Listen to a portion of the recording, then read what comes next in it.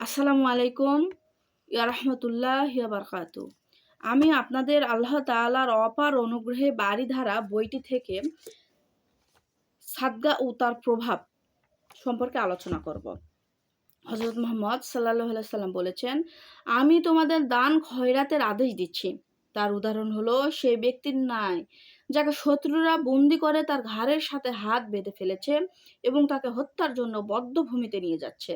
তখন সে বলল, আমি আমার প্রাণের বিনিময়ে আমার সমস্ত সম্পদ তোমাদেরকে দিচ্ছি। তারপর সে নিজেকে মালের বিনিময়ে ছাড়িয়ে নিল। দান খয়রাতের মাধ্যমে বান্দা নিজেকে বিপদ মুক্ত করে নেয়।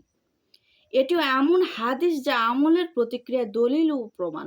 কেননা বিপদ প্রতিরোধে সদগায় রয়েছে বিস্ময়কর প্রভাব, যদিও তা কোনো ফাজের, জালেম, এমনকি কাফরও করুক।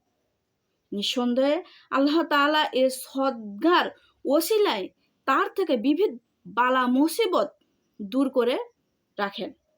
এ বিষয়টি সাধারণ অসাধারণ সকল মানুষের নিকটই স্পষ্ট।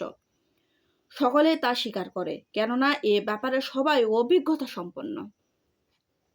ইমাম তিরমিজি তার জামে তিরমিজিতে বর্ণনা করেন, আনাস ইবনে মালিক রাদিয়াল্লাহু তানহা হতে বর্ণিত আছেন, তিনি বলেন, রাসূলুল্লাহ সাল্লাল্লাহু আলাইহি সাল্লাম বলেছেন, দান খয়রাত আল্লাহ তাআলার অসন্তুষ্টি কমিয়ে দেয়, এমন অপমানজনক মৃত্যু রোধ করে।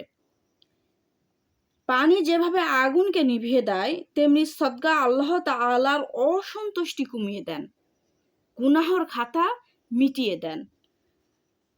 তিরমিজি অন্য বর্ণনায় আছে, মুআজ ইবনে জাবাল রাদিয়াল্লাহু হতে বর্ণিত, তিনি বলেন, আমি কোনো এক ভ্রমণে নবী সাল্লাল্লাহু আলাইহি সাল্লামের সাথে ছিলাম। একদিন যেতে যেতে আমি তার নিকটবর্তী হলাম। তারপর তিনি বললেন, আমি কি তোমাকে কল্যাণকর দরজা সমূহ সম্পর্কে বলে দিব না?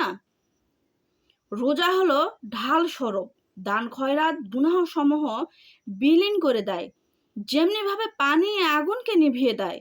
এবং কোনো ব্যক্তির মধ্য রাতের নামাজ আদায় করা, তারপর তিনি এই আয়াতটি তেলাওয়াত করেন, তারা তাদের দেহের পার্শ্বগুলো বিছানা থেকে আলাদা করে জাহান্নামের ভীত ও জান্নাতের আশা নিয়ে তাদের প্রতিপালককে ডাকে, আর আমি তাদেরকে যে জিকির দিয়েছি তা থেকে আল্লাহর পথে ব্যয় করো।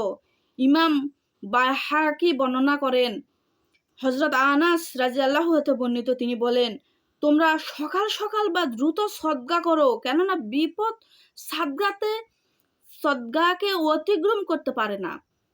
যে ব্যক্তিকে গর্দান উড়িয়ে দিতে পেশ করা হলো, আর সে নিজেকে তার সম্পদ দ্বারা মুক্ত করলো। রাসূলুল্লাহ সাল্লাল্লাহু আলাইহি সাল্লামের এর উদাহরণ দ্বারা এ কথা স্পষ্ট যে সদকা বান্দাকে আল্লাহর আযাব হতে বাঁচিয়ে দিবে, কেননা বান্দার গুনাহর খাতা তাকে ধ্বংস করবে, কিন্তু সাদকা এসে তাকে আযাব হতে মুক্ত করবে এবং ছাড়িয়ে নিবে। সুবহানাল্লাহ।